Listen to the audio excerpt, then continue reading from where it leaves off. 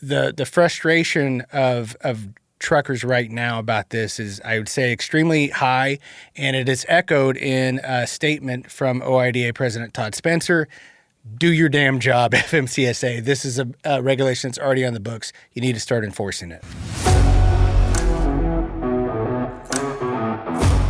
We're going to spend a little time putting the spotlight on brokers, specifically what FMCSA is and isn't doing to hold the bad ones accountable. We've got new developments on this issue, and joining us with the details are Jamie Jones and Mark Schrimmer of Landline Magazine. Good to see the both of you. Hey, good to see you, Scott. Yeah, thanks for having us. Thanks for being here as always. Mark, I want to start with you with the latest here because we've, as I said there, got a few new developments here. Let's start with FMCSA's broker financial responsibility rule. The wait continues, and it's now been extended. The reason, I think, makes sense, but doesn't make it any easier to swallow. Yeah, it's just the latest frustration, I think, that truck drivers have when it comes to broker regulations. They've been asking, for years and years to basically protect them from unscrupulous brokers in a variety of ways. And this was one that was, one of the few positives to look at, that this was enacted, final rule back in November 2023 to these financial responsibility. Basically, if the security fell below $75,000, they'd be immediately removed. And that was supposed to take effect here in 2025. But because of the FMCSA also is moving to a new registration system, they've decided now at the last minute that, oh, by the way, we're not going to be able to do this, so we're punting that down to 2026. So, like I said, it's just the latest kind of setback, and you can't blame truckers for feeling just so let down by this whole process of stuff, because any glimmer of hope that something is going to be done about this issue, it just seems to continue to be kicked down the road. Yet again, it's the, Lucy with the football type situation. It seems to be happening. Yeah, and it's perfect. Again, I think it's important to say that it's understandable to be disappointed. But, I mean, if you really look at life in general right now, the business model of scams has become so prevalent at every level. I mean, between the phone calls you get, between the emails, the viruses. I mean, it's just that criminal element out there that is, preying on the broken system of brokers and truckers right now. I mean, that system is broken, and they're taking full advantage of it. And so this registration system is needed to address that. But that doesn't make life any easier for the next year that you have to sit and wait. Yeah, 100%. And another thing that makes it, I think, a little more frustrating, if you're paying attention, OIDA on this financial responsibility rule had petitioned the agency to kind of reconsider, to strengthen it even more. And in those comments, they basically said, hey, this is an issue. If we're moving to the registration system, we might not be able to enact all this stuff in time. And it seemed at the time to be largely ignored. And now here, last minute, oh, by the way, we're not going to be able to do this, and so we're going to have to punt it down the road. So, like Jamie says, 100%, I think this is a reality, and it is something that needs to be done with the registration and the identity verification, all those things that are coming to protect. But it doesn't, change the fact that it's just the latest thing of this issue not being addressed in a timely manner. And that's the frustration, I think, in a nutshell, really, is that if this issue had been tackled when we were told it was going to be tackled, this would have already been done, and now we'd be able to move seamlessly into the registration modernization process. But as you keep saying here, they keep kicking the can down the road. And now the question is, is it going to get kicked down the road again? Well, the thing is, and they can blame it on anything that they want to, but this 11th hour kind of move to do that, and the modernization of the registration and all of that. The IRS has had this system in place for years. It's not like, oh, hey, we finally got the technology. It's not that we just now found a solution. The solution has been laying there right in front of them just as long as this problem has. And I do believe, it's valid that they add this element, this registration element, but I'm sorry, it could have been done way before now. And that's where the agency needs to be held accountable.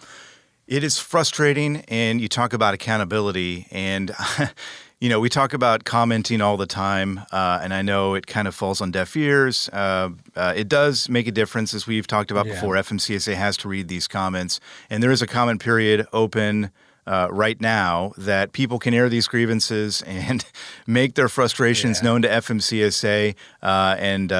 Mark, you've got information on your piece on Landline.media how to do that, but that is something I think people should consider, just taking a few minutes to do that. Yeah, and it's through November 19th. Now, I will say that this is a situation where the comments probably aren't going to change anything. I think this delay is probably inevitable. But at the same time, there's nothing wrong with airing your grievances and getting them out there for this issue and letting them know, changes that you feel as a truck driver or motor carrier that need to be done.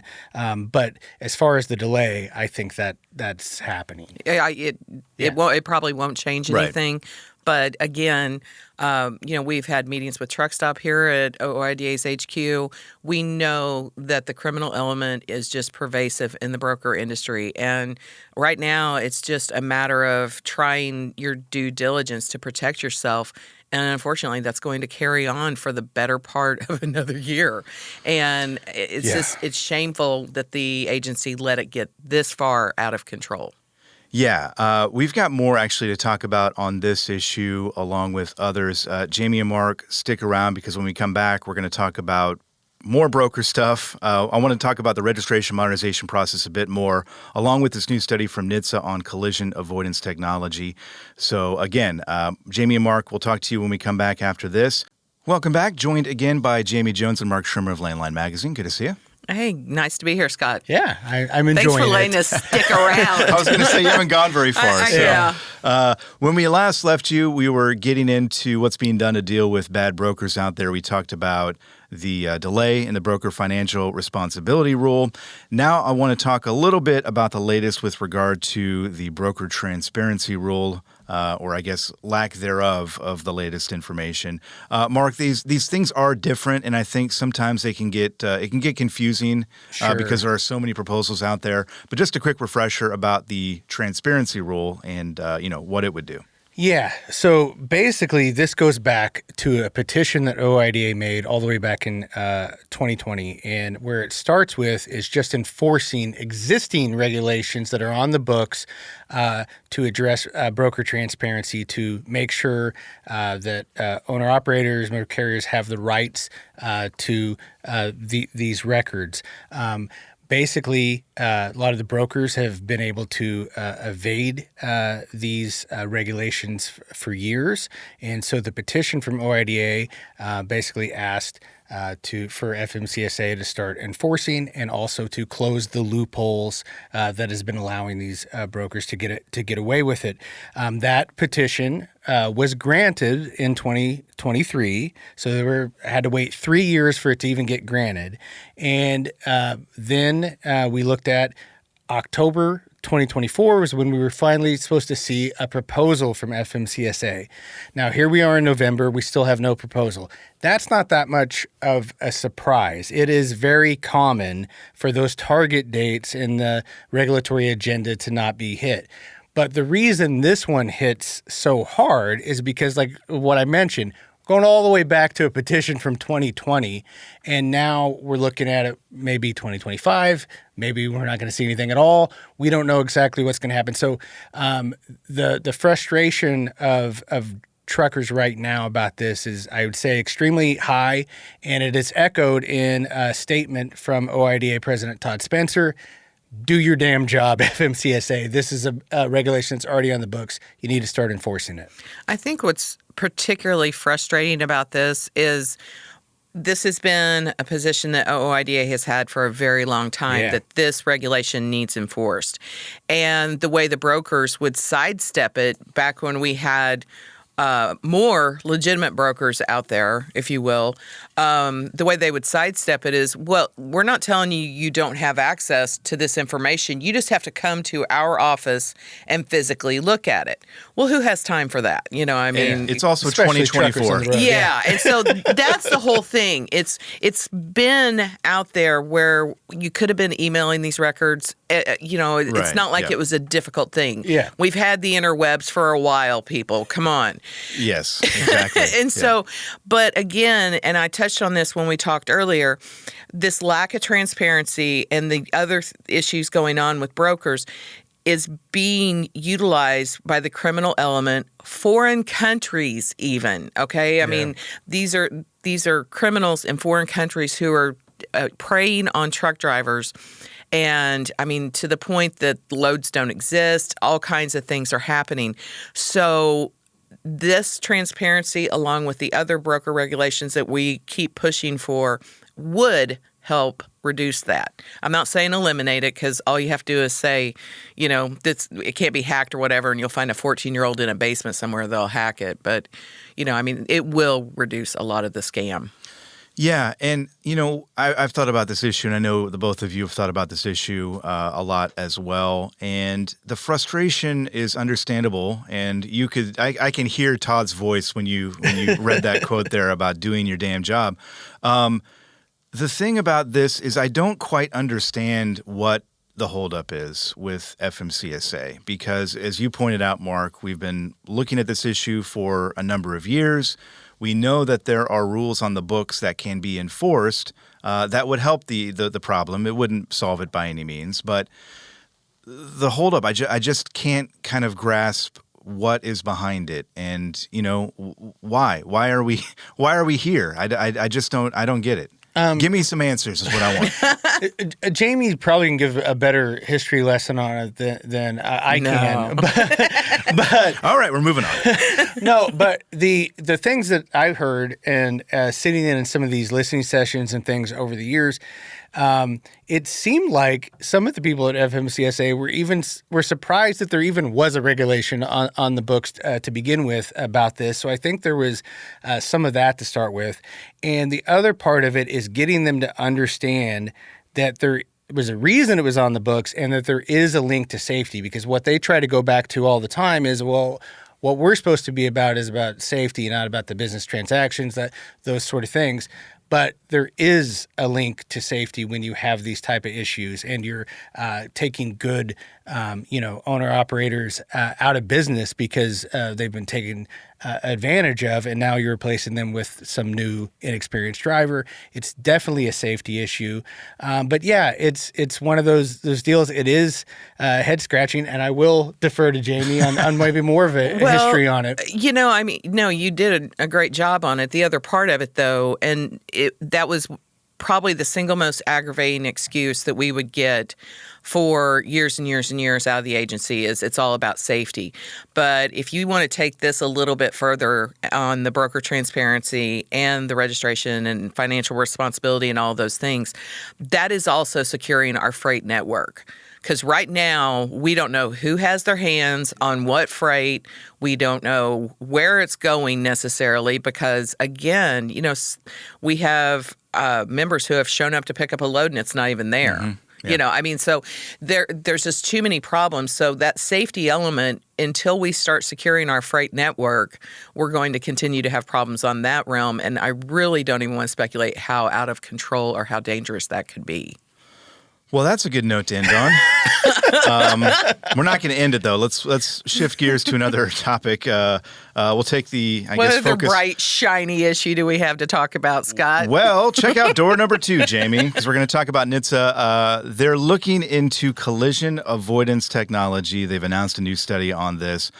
Basically, the agency wants to see how that technology works, how drivers are interacting with it, what they like, what they don't like, problems, et cetera, et cetera. It's an interesting topic because my vehicle has this crash avoidance technology in Yeah. it. More and more trucks have them in them as well. And they're going to look at this issue. It'll be curious to see what they come up with. Yeah, and it's it's definitely something that should be looked at. And the good news on this too is they are going to do in the study, I think, some passenger vehicles, but also some heavy duty trucks. Yep. And we've had OIDA Executive Vice President Louis Pugh has said in front of Congress that they do need to look at those type of things differently with technology, because whether it's automatic emergency brakes or these different things, they don't work exactly the same way as they do with cars as they do with trucks. But a lot of this stuff, this collision avoidance or things like these, warnings or buzzers or sensors that go off because they think that there's some sort of imminent danger. And the reason I think that it is so important to really study how humans in reality react to these sort of things is if you get too many false alarms, then you create the boy is cried wolf sort of situation. Right. And then when it really is a real problem, are you paying attention to that sensor going off in the same way if the last 7 times was a false alarm? Right. So I think it is definitely an important study, and I hope they glean something useful out of it. Well, and it always goes back to the technology is only going to be as good as the programming, and it's only going to be as good as the infrastructure will allow it to be. It wasn't too long ago, I got lane departure warnings on, steer control and all that on my car. And I was going through a construction zone where the lines hadn't been. So your steering wheel was shaking the entire time? Yeah, I mean, it was going nuts. And thank God that there's an off switch, Right. because, about halftime it's off anyway because it's silly. But it's situations like that. It's inclement weather. It's shadows on bridges. It's all of these things that throw these false positives.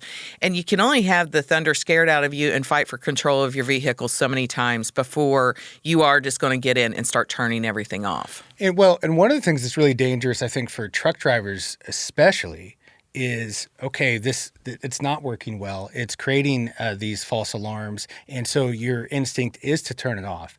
Yep. But now, say you do get in a wreck, and we talk about these nuclear verdicts, all of these type of issues going to court. If the other side can use that you had this technology and you turned it off, they're going to try to use that against you. Well, we just had that case with NHTSA. The NTSB just released their final report on a bus, Right. party bus and truck crash. Now, the party bus was disabled and going very, very slow at 1 o'clock in the morning. Yeah.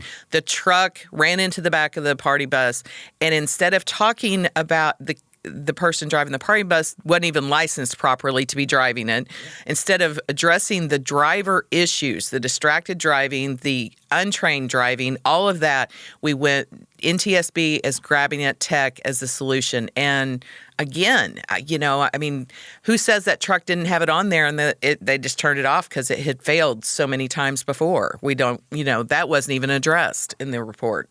Yeah, and this report I think will be interesting too because, as you point out, truck drivers are going to be involved in it, and I know they're going through the process of figuring that out right now.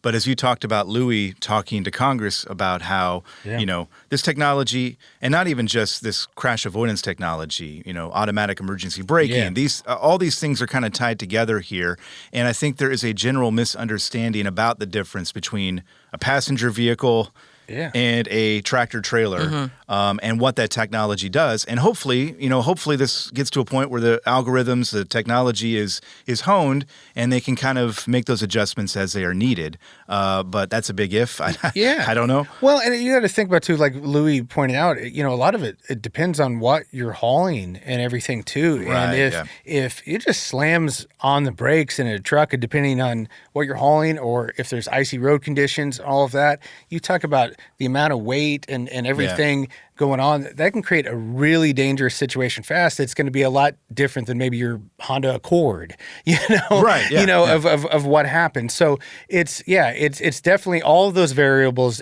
need to be looked at. But like I said, I will, we've had a lot of negative throughout these segments, but I'll say a positive. I am happy that they're at least looking at it and understand that just because this is your goal with this technology, you do need to look at it how humans react to it in real life situations, and how does it affect outcomes. Well, and also, I'll bring the negativity back. It also begs the question, though. I knew you would, Scott. Yeah, I knew you would. Good. I'm good for something. Why are we just now doing this now? I mean, the technology's been around for a while. Well, and that's the thing. If at any point when you start having mandated technology being added to, cars, trucks, whatever, when it's mandated technology, that's probably not a great idea. If it's that good and people feel comfortable using it, they trust it, the marketplace will bring that on. I mean, people will seek out that technology. Build it and they will come. Yeah. Yes, 100%. So research like this should be on the front end of any mandate, not on the back end of it. And if you have a driver that, 2 million safe miles and they've never used this sort of technology, and then you introduce it to them and they feel uncomfortable about it, maybe you should listen to them and, let them do it the way trust them. Yeah. Let them do it the way they've done it safe for decades, as opposed to creating something that makes them feel uncomfortable and, not ill at ease out there on the road. See, I knew we could bring it back to the negativity. But all important conversations and important issues, and we'll, of course, continue to cover all of these and more. Jamie Jones, Mark Schrimmer, we appreciate your time. As always, we'll see you again soon. See ya. See ya. Thanks. You can get the latest information about these stories and more on our website, landline.media.